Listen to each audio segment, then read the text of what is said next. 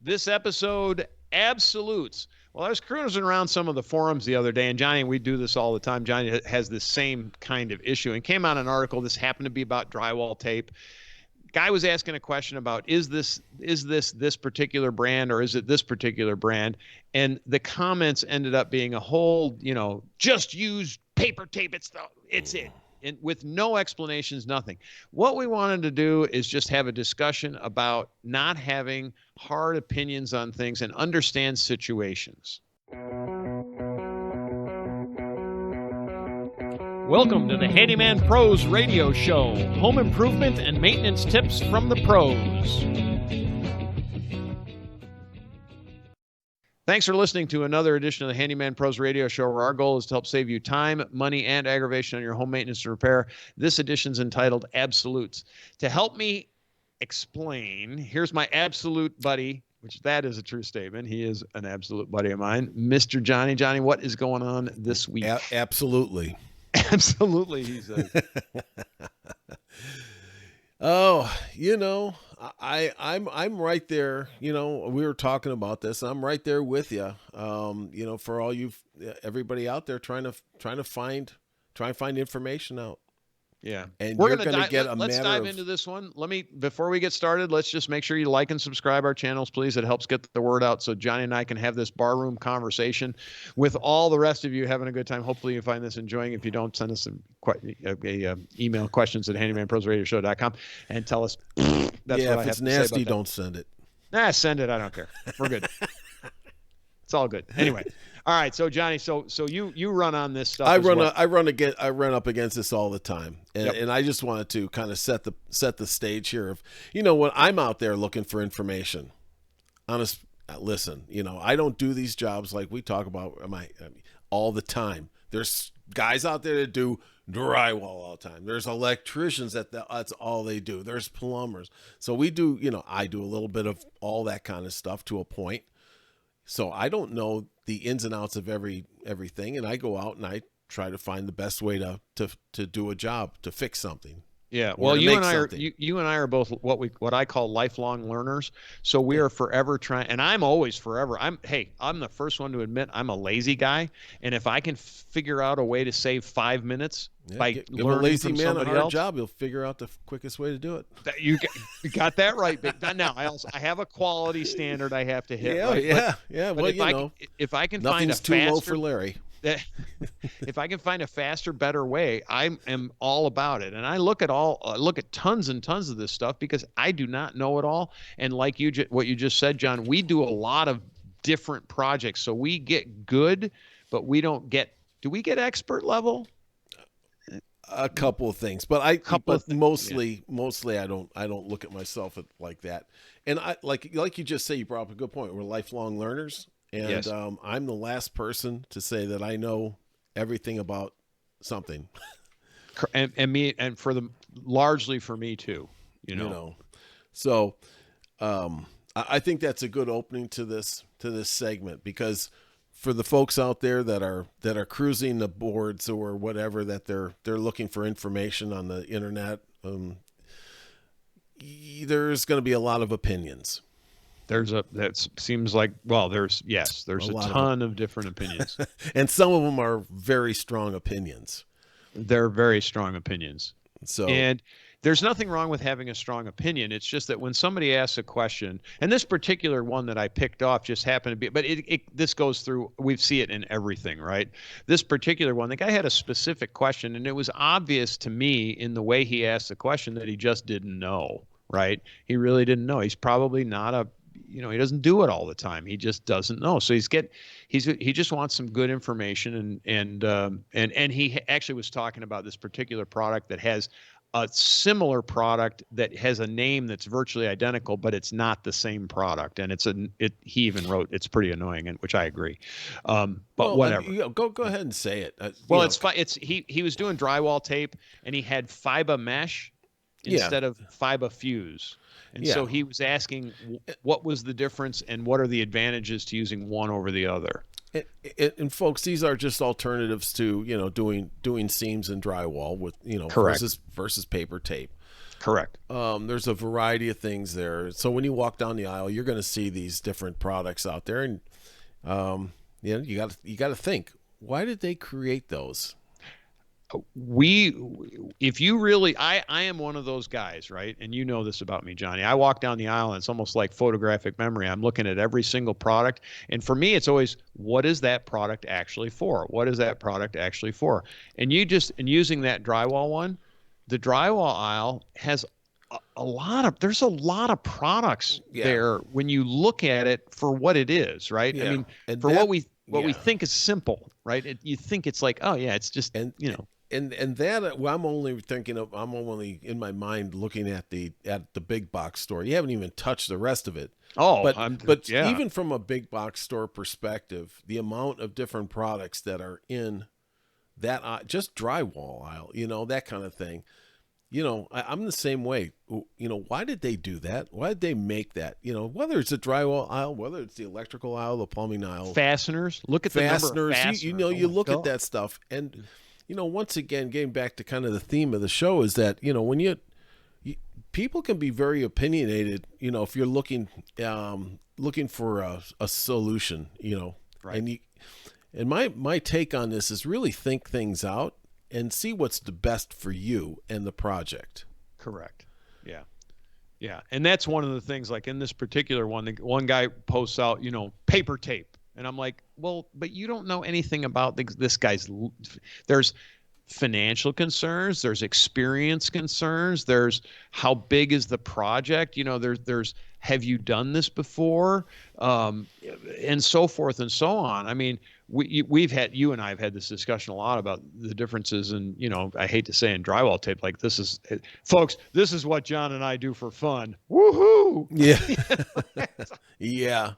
Like we got, but anyway, there's, and we were even discussing this. I learned most of this stuff from our guest on two of our previous shows, the Drywall Doctor. And he really changed how I do drywall because of his process was very, very simple. And the guy does millions of board feet a year, right? I don't even know if I do hundreds, he does millions. Right. And, he gave us a process that's really, really simple. Well, I don't remember what the article is, but type in the Drywall Doctor into the search engine and it'll come up. There's 2 shows, and listen to both of them because they're both really, if you're not a big drywall guy, they're really, really interesting. And they'll really help you do drywall. I used to hate to tape and finish drywall. Now I'm like, no big deal. Let's do it.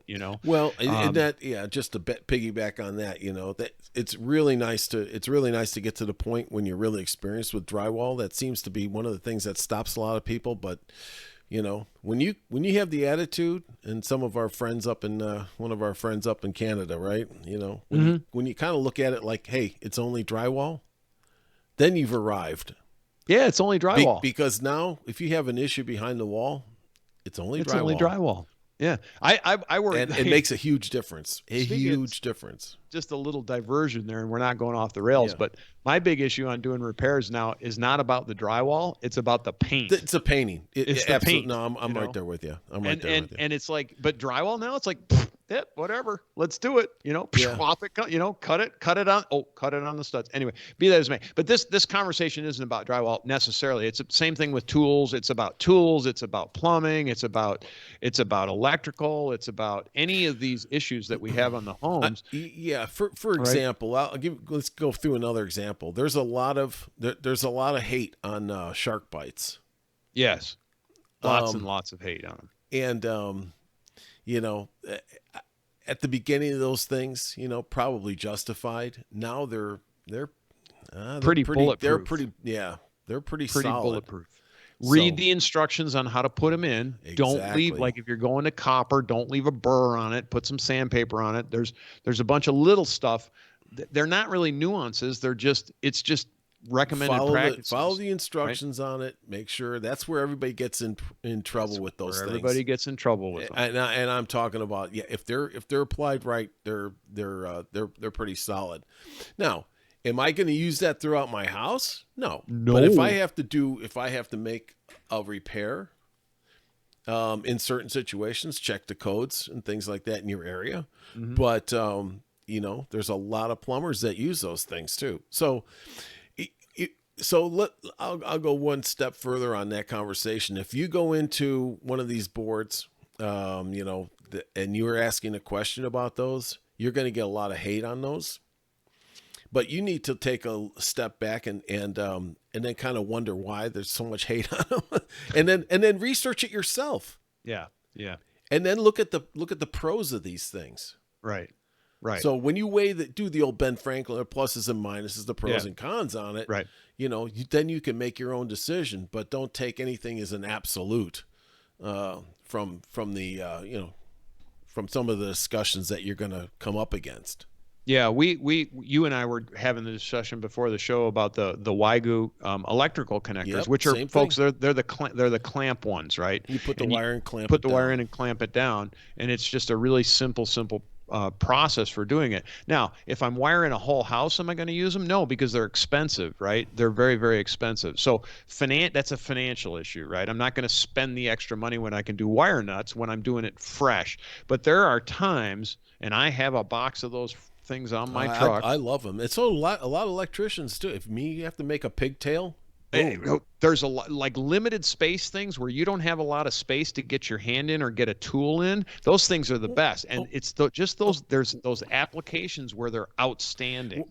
Every electrical box is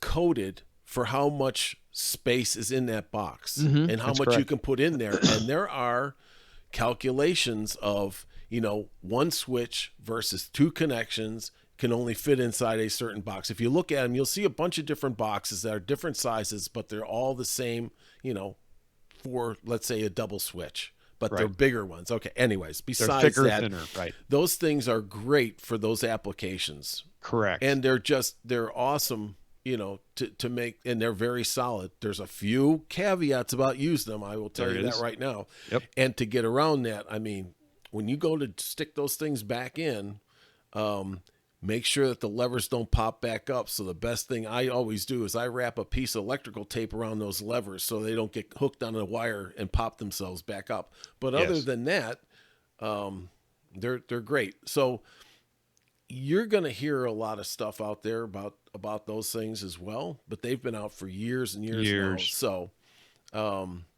it's the point of this conversation too, and part of it is John and I want to say, if you're going to make posts out there, don't be careful with putting out absolutes, because you don't help your situation, because things are situational. There's so many variables on here.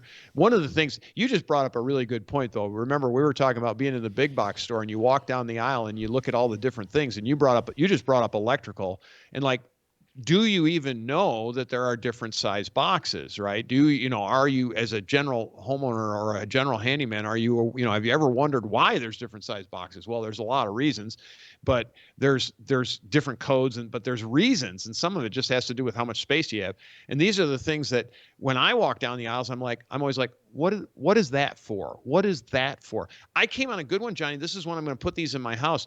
I was at a client's house the other day. I happened to be in the bathroom. Not that y'all need to know this, but they had a timer. They have a switch with timers on it for run times. So it was 5 minutes, 10 minutes, 2 hours, 4 hours, something like that. She had it hooked into the fan switch in her bathroom. I'm like, oh, those are the bomb. That's the bomb. Because I have my fan on a different switch, right? But I always leave it on and it runs for 2.5 hours until I walk back downstairs and I realize, oh, I left the fan running, right? This way I hit the timer, done. I love that concept. And they're not terribly expensive. The whole point is that it solves a problem, or it solves a potential problem. My fear in that particular case is burning the fan motor out, and then I got a major repair, right? Like, it's a pain in the neck repair to fix a fan motor, as you know. Not telling you anything you don't know, but there's a simple thing. So I always ask why. Like, I look at things and I go, why? And then I do look at some things and go, why? Like, why in the heck would you do that? Does my dryer really need to be a smart dryer? No. Once again, when you're out there looking for things, kind of take all that in and do the research. If you're really thinking through a project, which you should be, I'm holding my phone up, folks. You have the world's library at your fingertips. Right. It's called Dr. Google, right? Yeah. Use your phone, use it. That's what it's there for. It's there's so much information it'll overwhelm you, but just be reasonable, and all that kind of thing. We got any more on this one, Johnny? I think it's the same thing with buying tools. Yeah, so I know there's a lot of bias out there for certain tools, and there's a lot of reasons behind it, but also look at from the homeowner's perspective. We've talked about this in the past. How much you're going to use it? There's all kinds of variables. What's your investment? Why? Blah blah, and so on and so forth. Yep. So if you're out there, guys, and you're asking questions about certain tools to do a certain job, keep an open mind. Yeah, be open to new technologies. Keep an open mind. I will tell you that one of the things that I do as a handyman is I always if I have a couple minutes, I'll sit in front of the computer and I'll just, hey man, what's new in the plumbing world? What new tools are out there? And then you look or electrical, right? And you're like, boom, wow, somebody thought this one through and figured this out. So always kind of be learning, always, hey, there's a new type of fastener for concrete. There's a new, now I don't have to put in those big lead sinker things anymore and all that kind of stuff, and it goes on and on and on. Yeah, it goes right? Exactly. And the new technologies, some of it's just amazing. Like you look at it, I don't know, there's new roofing technology coming out, and I'm not talking about solar panels for your roof, but those are coming too. Hopefully those are coming. I think it's interesting if they can get the cost right. But there's other things, like there's panel roofing systems that look like metal or look like cedar shakes that are really long lasting, like 100-year type roofs. They're like metal roofs, and you look at it and you go, man, it's kind of expensive, but it fits an application that's really cool. Yeah. It gives a different look, and it's an easier application. It's easier to install. You can do it in a modular format like shingles, but it's not shingles. It's actually metal. There's all kinds of this stuff. It's coming. It's out there every single day. As one of the great things about living in America is that there's always a new way to make a mousetrap. So don't dismiss something just because it's new. I mean, yes, I get it, so forth and so on. It's got to be for me, it's got to be tested for a little while, but it doesn't mean I discount it straight away. I just look at it and I go, that's really interesting. Yeah. And I'm forever going, can I have an application for that? Is there an application for that particular idea or that technology? Even any, like, I call this drywall taping as a technology. It's a technology. Yeah. I mean, as handymen, you should be on top of these things. Because you're going to run into certain situations that maybe the thing costs a little bit more, but you know what? It just saved you 2 hours. Okay, as a product might go, or something like that, and just and sometimes when you ask around, I've just seen some things that are just like, yeah, I hear what you're saying, but that is one of my biggest gripes in the handyman business. They go, well, it's just too expensive to do that. And I'm like, but if it saves you 2 hours and it costs you, I'm doing it one time. I'm not doing it for, a living every day type of thing. Well, and the other side of it is you have to bill your customer for those extra 2 hours. So you're doing your customer a favor. If it costs you $75 to buy something and it saves you 2 hours, if your billing rate's right, that's a no-brainer. Right. That's just a no-brainer, because I know you can pass the cost along to your customer, but is that working in your customer's best interest? Right. Is it? I don't know. I'll leave that up to you. That's your decision. But sometimes it helps just to have, having the right tool or whatever. Sometimes it makes sense. We've discussed this before, but it makes sense. So we just get tired of these, people having absolutes, or I do. I get tired of it. Larry gets bugged easy. So I get bugged easy. I do. Larry's getting old and cranky. Johnny, we could get this one way off the rails and go down a political discussion. You chased those kids off your lawn the other day. Yeah, right, exactly. Yeah, Johnny hears it all the time, folks, because it is what it is. All right, Johnny, anything else on this one? Nope. Johnny, I absolutely know that the alien landed at my house the other day and abducted me and did unspeakable things to me. I absolutely know that. Did you know? I know it. He was going to your house afterwards. That's what he told me. Yeah, he doesn't go to this kind of cranky stuff anymore. They don't go. Because you're out there with your shotgun. Get off my lawn. That's right. All right, Larry. All right. With that, we want you to like and subscribe both our YouTube and our podcast channels as well. And it helps get the word out there for us. Also, if you have any questions, comments, or concerns, send us an email, questions@Handyman Pros Radio Show. We do have a Facebook page that's @Handyman Pros. We get some good comments and stuff out there as well. So if you're out there, take a look. Anyway, with that, Johnny, take us home, baby. All right, folks. Keep an open mind. Look for new technologies. We'll see you next week on the Handyman Pros Radio Show.